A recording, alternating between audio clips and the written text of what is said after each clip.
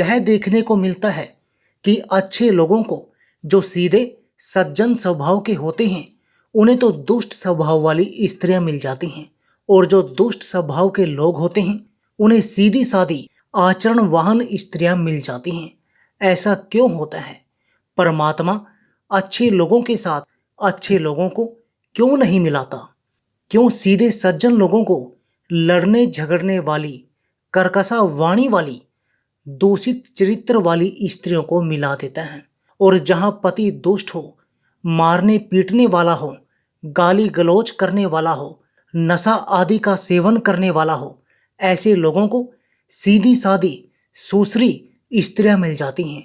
दोस्तों, इस संबंध में मैं आपको इसके 2 कारण बताऊंगा कि ऐसा क्यों होता है।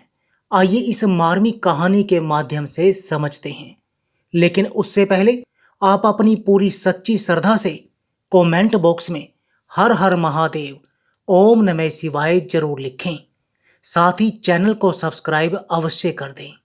हे लक्ष्मी माँ, जो भी इस चैनल को सब्सक्राइब करें और इस वीडियो को लाइक करें, उसके घर में कभी भी धन की कमी ना रहे। उसका पूरा परिवार हमेशा हंसता मुस्कुराता कुशल मंगल रहे। दोस्तों, आपने महान दार्शनिक सुकरात का नाम तो सुना ही होगा, जिन्हें लोगों ने महापुरुषों की श्रेणी में रखा है। उनके जीवन की एक घटना मैं आपको बताता हूं। कहते हैं सुकरात जितने बड़े तत्ववेता थे, उतनी ही उनकी स्त्री उनके विपरीत आचरण वाली थी और क्रोधमुखी थी। और याद रखना दोस्तों, जिस घर में बात बात पर क्रोधित होने वाली स्त्री हो, उस घर के पुरुष का जीवन नरक से भी गया गुजरा होता है। उस घर में लड़ाई झगड़ा, क्लेश, घुटन हर समय बनी रहती है।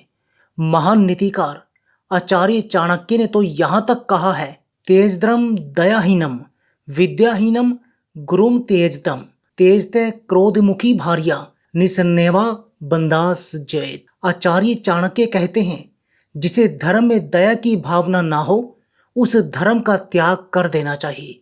जिस गुरु के पास ज्ञान ना हो, उस गुरु का त्याग करने में ही भलाई है।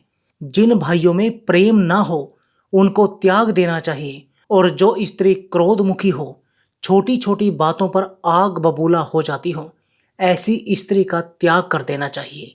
क्रोधमुखी स्त्री के साथ बिताने वाले पुरुष का जीवन मृत्यु से अधिक कष्टदायी होता है। सुकरात की पत्नी अक्सर उनसे नाखुश रहती थी। उसके नाखुश होने की वजह थी कि सुकरात अपने दार्शनिक तर्क वितर्क में ऐसे लीन हो जाते थे कि वे ये भूल जाते थे कि उनकी पत्नी भी है। एक दिन तो वे लोगों के बीच अपनी चर्चा में ऐसे लीन हो गए कि चाय पीना भी भूल गए। उनकी पत्नी चाय बनाकर बैठी थी और वह बाहर बैठे लोगों से ज्ञान चर्चा कर रहे थे। अब तो उनकी पत्नी के क्रोध की सीमा न रही। वो उठी और चाय की केतली ले जाकर अपने पति के मुंह पर उड़ेल दी। गर्म चाय से उनका आधा चेहरा जल गया। वो जला हुआ चेहरा जीवन भर के लिए काला पड़ गया। दोस्तों, पत्नी खोलती हुई गर्म चाय उनके मुख पर उड़ेल कर चली गई थी। पत्नी के इस व्यवहार से सुकरात ने जरा भी नाराजगी नहीं दिखाई, उल्टा हंसने लगे। लोगों ने पूछा, सुकरात जी, आप पत्नी का इतना जुल्म सहकर भी हंस रहे हो, आपको अपनी पत्नी पर गुस्सा नहीं आया? सुकरात ने जवाब दिया, नहीं, बिल्कुल भी नहीं। उसने ये चाय मेरे ऊपर नहीं डाली, मैं तो एक निमित्त मात्र हूँ। उसने यह चाय डाली थी मेरे दर्शन शास्त्र के तर्क वितर्क पर। उसे इस बात से इतनी बड़ी चिढ़ है जैसे किसी स्त्री को अपनी सौतन से होती है। अगर दर्शन शास्त्र उसे मिल जाए तो वो उसकी गर्दन काट ले, पर वो इसे मिल नहीं सकता, इसलिए उसने मुझे माध्यम बनाया। दोस्तों, तभी एक नौजवान वहां आया और वो सुकरात से पूछने लगा, श्रीमान, वैसे तो मैं अपना विवाह करने की बात सोचता हूँ, पर जब मैं आप जैसे लोगों की स्थिति को देखता हूँ तो पीछे हट जाता हूँ। अब आप मुझे बताइए कि मुझे विवाह करना चाहिए या नहीं। आपको तो जिंदगी के बहुत सारे अनुभव हो गए होंगे। दोस्तों, उस युवक के इस प्रकार पूछने पर सुकरात ने उससे कहा, बेटा तुम्हें विवाह जरूर करना चाहिए। सुकरात का जवाब सुनकर लड़का बड़ा हैरान था। कहने लगा, यह बात आप कैसे कह रहे हो? आपने विवाह करके कौन सा तीर मार लिया? सिवाय कलेशों के आपके जीवन में ही है ही क्या? आप में और आपकी पत्नी के बीच में जो चलना है, मैं उससे अच्छी तरह वाकिफ हूँ। आपकी पत्नी आपसे बिल्कुल भी खुश नहीं रहती। वो आपके साथ कैसा व्यवहार करती है, यह बताने के लिए आपका जला हुआ मुंह ही काफी है। और आप मुझसे कह रहे हो कि विवाह कर लेना चाहिए। आपकी पत्नी आपके साथ दुर्व्यवहार करती है, यह बात कितनी सही है?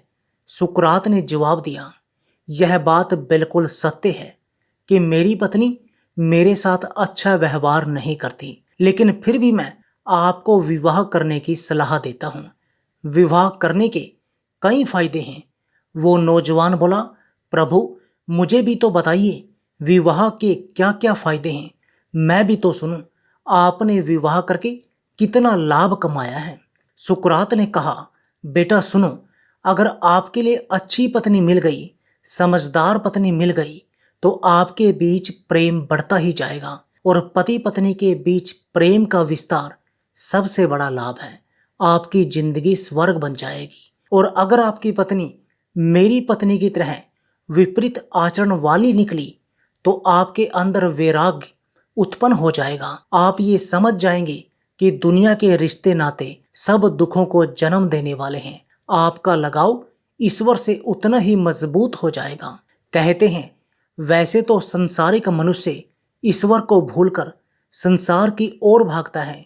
जब संसार की मार पड़ती है, तब उसे ज्ञान होता है, तब उसे वैराग्य होता है, और तब ईश्वर की तरफ भागता है। अगर पत्नी अच्छी मिली तो प्रेम का लाभ होगा, और पत्नी बुरी मिली तो ईश्वर से आपका प्रेम मजबूत हो जाएगा। आप तो दोनों तरफ से लाभ में हैं।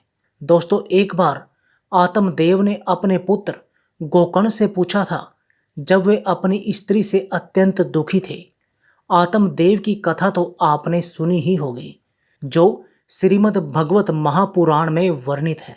आत्मदेव की पत्नी भी विपरीत आचरण वाली थी, बात बात पर क्रोध करने वाली थी और बात बात पर रूठ जाती थी।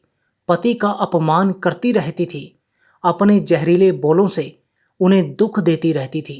पत्नी जितनी ही कर्कश थी, उतने ही आत्मदेव सीधे और सज्जन थे। उनकी भी जिंदगी कर्कशा पत्नी की वजह से नरक बन गई थी। एक दिन उनके पुत्र गोकर्ण ने उन्हें उपदेश दिया, पिताजी जानते हो, अच्छे लोगों को दुष्ट पत्नियां, दुष्ट संतान क्यों मिलती है? इसके कुछ कारण हैं, मैं आपको बता रहा हूं। पहला कारण यह होता है कि उस आदमी का पूर्व के किसी जन्म में उस व्यक्ति ने किसी भी रूप में उस स्त्री को कष्ट पहुंचाया होगा, जो आज उसकी पत्नी बनकर आई है। वो स्त्री अपना बदला लेने के लिए इस जन्म में आती है, और कभी अपनी वाणी से, अपने शब्दों से, अपने आचरणों से, अपने कर्मों से उसे पल पल चोट पहुंचाती रहती हैं। यही संतान का हिसाब है। दूसरा कारण है उस आदमी पर भगवान की विशेष कृपा। जब भगवान को लगता है कि यह व्यक्ति बहुत अच्छा है, इसके कुछ पूर्व जन्म के पुण्य भी हैं, और यह व्यक्ति दुनिया में क्या कर रहा है, इसे तो हमारे पास होना चाहिए। संसार की आसक्तियों से उसका मन हटाने के लिए उसके जीवन में ऐसी पत्नी और पुत्र का आगमन होता है, जो उसके जीवन को कष्ट और क्लेशों से भर देती हैं। तब उसे दुनिया से वैराग्य होता है और वो भगवान की शरण में चला जाता है, भक्ति का आश्रय लेता है और मोक्ष पाकर भगवान का प्रिय बन जाता है। इस तरह अच्छी स्त्री के जीवन में दुष्ट पुरुषों का आगमन होता है। तीसरा कारण है अपनी अज्ञानता के कारण स्त्री हो या पुरुष, वो अपने पति या पत्नी को दुख देता है, कभी दूषित कर्म करके, कभी क्रोधपूर्वक, कभी अपमानित करके, कभी अपने चरित्र को बिगाड़ कर। ऐसा करके वो अपने ऊपर पाप चढ़ाता है और अपने अगले जन्मों को बिगाड़ लेता है। कहते हैं, अज्ञानता मनुष्य की स्वयं की सबसे बड़ी दुश्मन है। अज्ञानवश वो दूसरे को तो कष्ट देता ही है, अपने लिए भी नरक का द्वार खोलता है। यही कारण है कि अच्छे लोगों की जिंदगी में दुष्ट स्त्रियां आ जाती हैं और अच्छी नारियों के जीवन में दुष्ट पति मिल जाते हैं। दोस्तों, मैं उम्मीद करता हूं ये वीडियो आपको जरूर पसंद आया होगा। तो चलिए मिलते हैं अगली कहानी में एक नई चर्चा के साथ। आप सभी का बहुत बहुत धन्यवाद। जय श्री कृष्ण।